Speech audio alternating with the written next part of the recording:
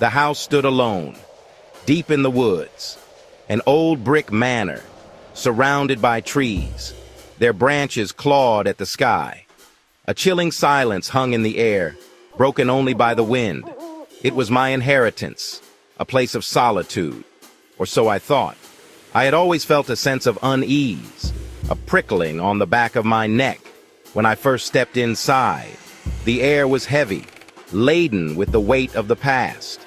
The house creaked and groaned, as if alive, settling after a long sleep. I tried to ignore it, to convince myself it was just an old house. But deep down, I knew better.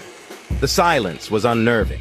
It pressed in on me, amplified every little sound. The ticking of the clock, the creaking floorboards, the rustling of leaves outside.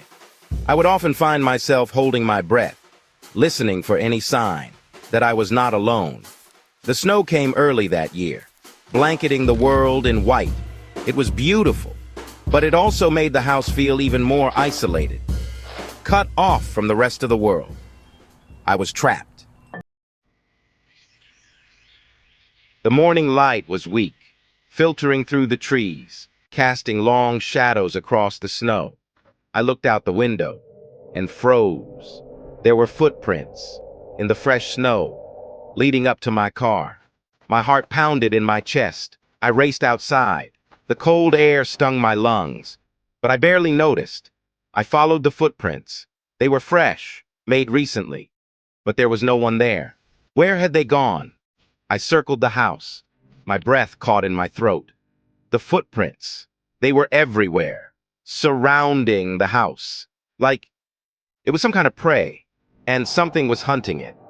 I ran my hand through my hair, trying to calm my racing thoughts. Who would be out here, in the middle of nowhere, in this weather? It made no sense, unless... I pulled out my phone.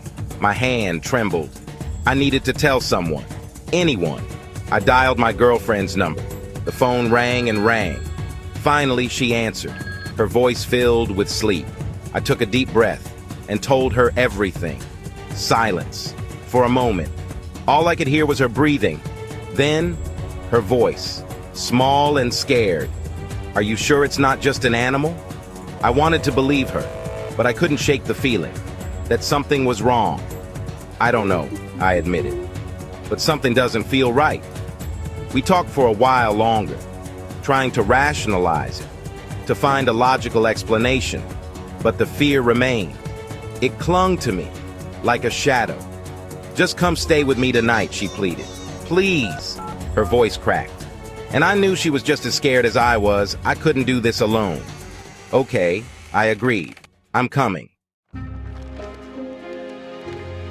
Years passed.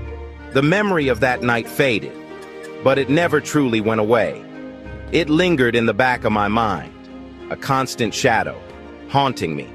I tried to forget, but some things you can't outrun.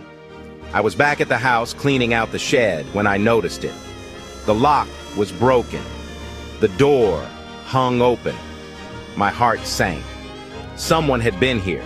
I cautiously stepped inside. The smell of damp wood filled my nostrils. I scanned the interior. Tools were missing, supplies gone. But it wasn't the theft that bothered me. It was the feeling that I was being watched. I backed out of the shed, my pulse quickening. I needed to get out of here now. As I turned to leave, I saw them.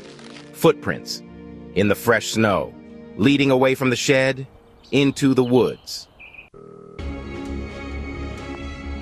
I called my friend Theo, an experienced hunter.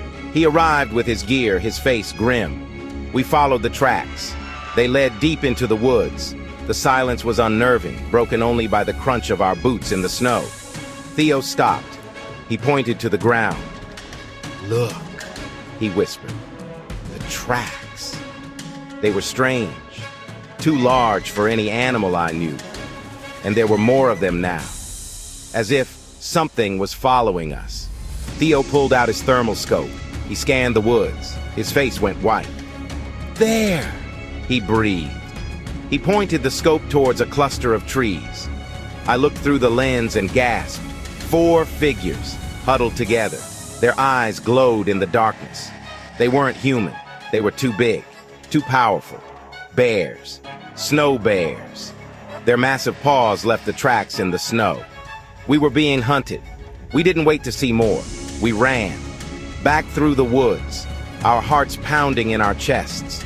We didn't stop running until we reached the car. We piled in, slamming the doors behind us. My girlfriend wants to move. I don't blame her. But where do you run to when something wants you to stay? The footprints, the bears, the feeling of being watched. It's still with me, and I know it always will be.